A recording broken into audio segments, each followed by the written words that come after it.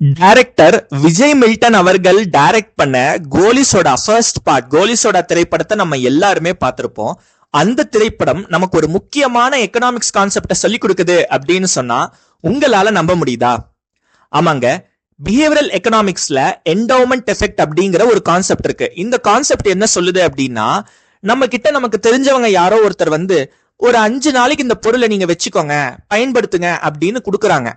அப்ப 5 நாள் நம்ம அந்த பொருளை பயன்படுத்துறோம். அந்த பொருளை பயன்படுத்திட்டு அந்த பொருளை திருப்பி கொடுக்கும் போது நமக்கு அந்த பொருளை திருப்பி கொடுக்க சில நேரங்கள்ல மனசு வராது. ஏன்னா இந்த 5 நாள் நம்ம அந்த பொருளை பயன்படுத்துறதால அந்த பொருள் நமக்கு ஒரு ஓனர்ஷிப் எக்ஸ்பீரியன்ஸ் கொடுத்துருது. அதாவது அந்த பொருள் நம்மளுடையது அப்படிங்கிற அந்த உணர்வை அந்த 5 நாள் கூட அந்த பொருள் நமக்கு கொடுத்துடுது.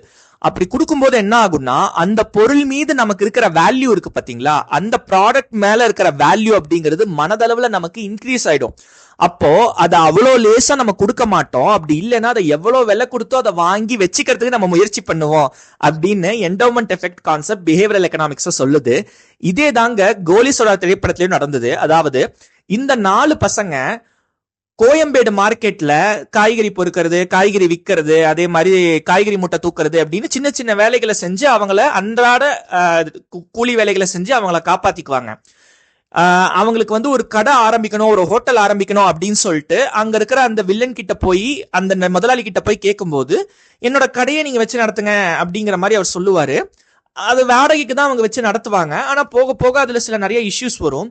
ஆனா அவர் கடையை திருப்பி கேட்கும் போது அவங்களுக்கு அது திருப்பி கொடுக்கிற மனசு வராது. ஏன்னா அந்த ஆச்சி மெஸ் அப்படிங்கிற கடையை அவங்க உருவாக்கி அந்த கடை கொடுத்த ஓனர்ஷிப் எக்ஸ்பீரியன்ஸ், அதுல அவங்களுக்கு கிடைச்ச ரெக்கக்னிஷன், அதுல அவங்களுக்கு கிடைச்ச மரியாதை, அதுல அவங்களுக்கு கிடைச்ச ஐடென்டிட்டி அப்படிங்கிறது எல்லாம் அவங்களுக்கு மிகப்பெரிய வேல்யூவா அந்த இடத்து மேல கொடுத்துரும். அப்போ அவங்க நினைச்சதை விட அந்த இடத்த ரொம்ப வேல்யூ பண்ண ஆரம்பிச்சிருவாங்க அந்த 4 பேரும் அந்த ஹோட்டலை. அதுக்கு எந்த எக்ஸ்ட்ரீமுக்கும் போய் அவங்க உயிரை விடுற அளவுக்கான எக்ஸ்ட்ரீமுக்கு அவங்க போவாங்க. இதே தாங்க விஜய் மில்டன் அவர்கள் இந்த என்டோமெண்ட் எஃபெக்ட் கான்செப்டை கோலிசோடா அப்படிங்கிற திரைப்படத்தின் வழியா நம்மளோட பேசிக் சைக்கலாஜிக்கல் ஃபீச்சர் மனிதனுக்கு எப்படி இயங்குது அப்படிங்கறத ரொம்ப இயல்பா ரொம்ப சிறப்பா காமிச்சிருப்பாரு. இதுதாங்க நமக்கு கோலிசோடா திரைப்படம் பிஹேவியரல் எக்கனாமிக்ஸை யூஸ் பண்ணி சொல்ல வர ஒரு முக்கியமான எக்கனாமிக் செய்தி அப்படின்னே சொல்லலாம்.